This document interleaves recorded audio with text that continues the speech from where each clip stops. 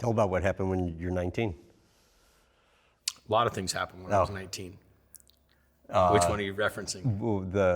Just listening to your interview with Brooke Shields. The car accident. Yeah. Yeah. I mean, that had to be kind of a defining moment in like so many ways for you. Yeah, it was a very you're mortal moment, or I'm mortal moment. You know, I'd broken things skiing and bull riding and all this other dumb that I'd done. But that one was like, oh, like there's death involved in this if you don't pay attention. So I was camping with a bunch of friends at down by the lake at Lake Mead, and the big drag boat races, or the race boats were happening. And we were camping next to a bunch of Air Force guys. They were all 3 or 4 years older than us. And really cool dudes, having a great time. And we're down there with a bunch of our friends. And we all decided, some of the Air Force guys decided to drive down. We're in the campground right next to where the race boats are parked, to go down and look at the race boats through the fence. We do that. I think a couple guys steal a banner or something, and we're walking back to the car. And as we get back to this Nova, like 75 Nova, a Ranger pulls up. And so we all start to get in the car, and I'm getting in last, and this guy goes, no, you sit in the middle, kid. You know, so I'm sitting on the hump of the Nova. You know, if you know what that back seat's like, you get 2 seats, you get that transmission hump. And all of a sudden, the guy that's driving the car just floors it and takes off. I'm like, what? You know, we're driving down a dirt road, and this guy's got the lights off, and we're speeding away. And the Ranger, you know, you can kind of look back, and he's not doing anything. And all of a sudden, like, big cops show up. So we're getting chased, and I take the male part of this guy's seatbelt, the female part of this guy's seatbelt, and I put them together and make a seatbelt for myself. And all of a sudden, we come around a corner, and we hit this the road had been washed out, and there's a road barricade, and we hit that, and it breaks the windshield, and come around the corner, lose control, and we start flipping. Well, unfortunately, the guy next to me was killed, and we're upside down. The wheels are spinning, gas is running in the car.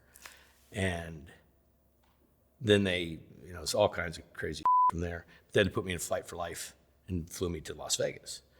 Well, when I woke up in the hospital, I'm handcuffed to the bed. And they said, the 3 guys in the car said you were driving. And one of the guys is dead. Like, there's no way I was driving, you know? And they were all military buddies. And all their brass was there with them. It was like a big retreat for them. So they're all saying I drove. My parents didn't even come down to the hospital. They didn't even fly down. My dad's like, you dead? I'm like, and my parents weren't harsh with me like that. It was just like there was nothing they were going to be able to do. I was being released from the hospital by the time they found out. Didn't you say connected to that you were like arrested at your dorm room? Oh yeah.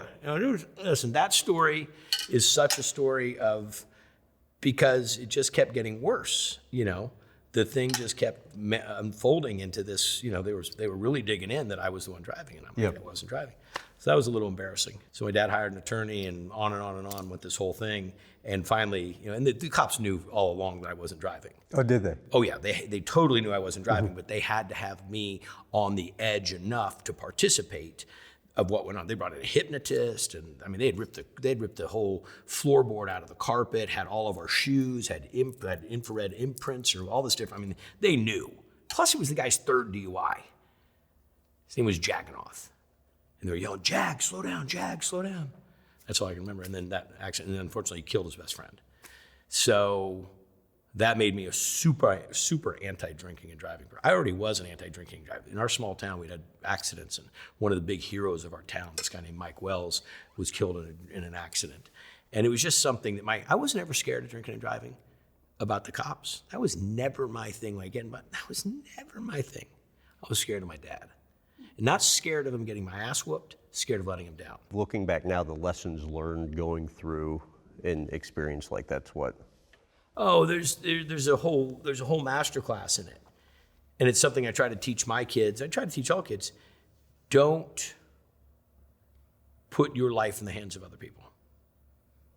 You have to be very cautious of who you associate with. And in all facets, be it at a party, be it at who you hang out with on the street, there's just so many great people in this world, and then there are really people that are abusive and users and charlatans and so forth and so on. And so, I didn't know. These were good people. These guys were soldiers. Right. How could they be, I'm a huge patriot. I was looking up to these guys. And it was my stupid fault. I was, drinking. I shouldn't have been getting in that car and so forth. But it definitely changed my perspective. Definitely gave me a wake-up call that I was not, had pretty bad injury, and gave me a wake-up call that I wasn't invincible, which was good. It was a nice time, at the right time in my life to know. 19 years old, actually happened on my sister's birthday. That was a great one. But it was the right time to learn that, you got to be a little bit more cautious with what, you only get one shot at this. So.